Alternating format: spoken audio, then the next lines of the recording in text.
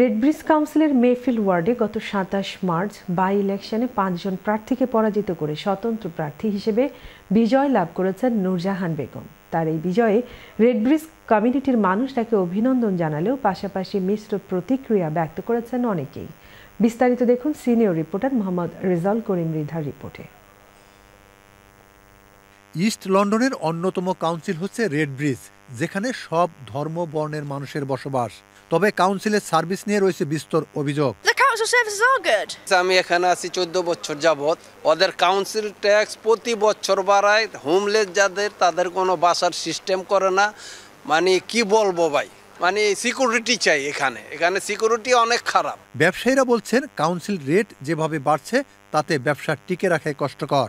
Council tax তো বাইরে গেছে, তো এটা বিজনেস তো বাড়ে নাই, আমরা প্রোডাক্টগুলোর দাম বাড়াই না, তো এতে আমাদের ব্যবসা যে ছোটো ছোটো স্মল বিজনেসে অনেক আপনার সমস্যা হইতেছে চালানির। তো আমরা অনুরোধ কাউন্সিলে একটু রিডিউস করা লাগে। এরই ধারাবাহিকতায় মেফিল্ড ওয়ার্ডে গত ২৭শে মার্চ উপনির্বাচনে ৫ জন প্রার্থীর সাথে লড়াই করে নির্বাচিত হন বাংলাদেশি বংশোদ্ভূত নূরজাহান বেগম। এটা লেবারের একটা স্ট্রং হোল্ড এবং ওরা আমাদের রেজিডেন্টদের কোনো সমস্যা সমাধান করার কোনো উদ্দেশ্য নেই। তো সেজন্য আমরা কি করছি, আমরা রেজিডেন্ট সবাই মিলে, এই এলাকার মানুষ সবাই মিলে আমরা 2 জন প্রার্থী খাড়া করছি, ইন্ডিপেন্ডেন্ট স্বতন্ত্র প্রার্থী জেনারেল ইলেকশনে। আমরা ভাবছি যে আমাদের এমন কাউন্সিলর বা এমপি দরকার যারা আমাদের সমস্যাগুলো সমাধান নিয়ে আসবে। তিনি আরও বলেন, মানুষের পাশে থেকে কাজ করে যাওয়াই তার অঙ্গীকার।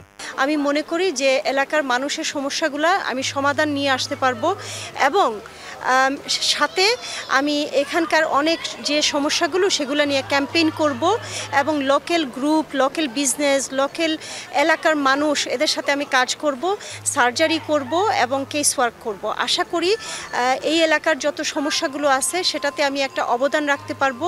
রেডব্রিজ কাউন্সিলের লেবার কাউন্সিলরদের সাথে যোগাযোগ করা হলেও তারা কথা বলতে অপারগতা প্রকাশ করেন। তবে এই সাংবাদিক বলেন, নির্বাচনের মাধ্যমে মানুষ তাদের ক্ষোভ প্রকাশ করেছেন। রেডব্রিজের মানুষের নিরাপত্তা নিশ্চিত করবার জন্য আগে যারা ছিল তারা কিন্তু যথাযথ কাজ করেছে, এটা কোনোভাবেই স্বীকার করা বা প্রমাণ করার কোনো সুযোগ নেই। নানা ইস্যুতে হাউজিং বলেন, বিভিন্ন ট্যাক্স বলেন, নিরাপত্তা বলেন, তারপরে এরকম অনেক কিছু কমপ্লেক্স কিন্তু এখানে কাজ করেছে।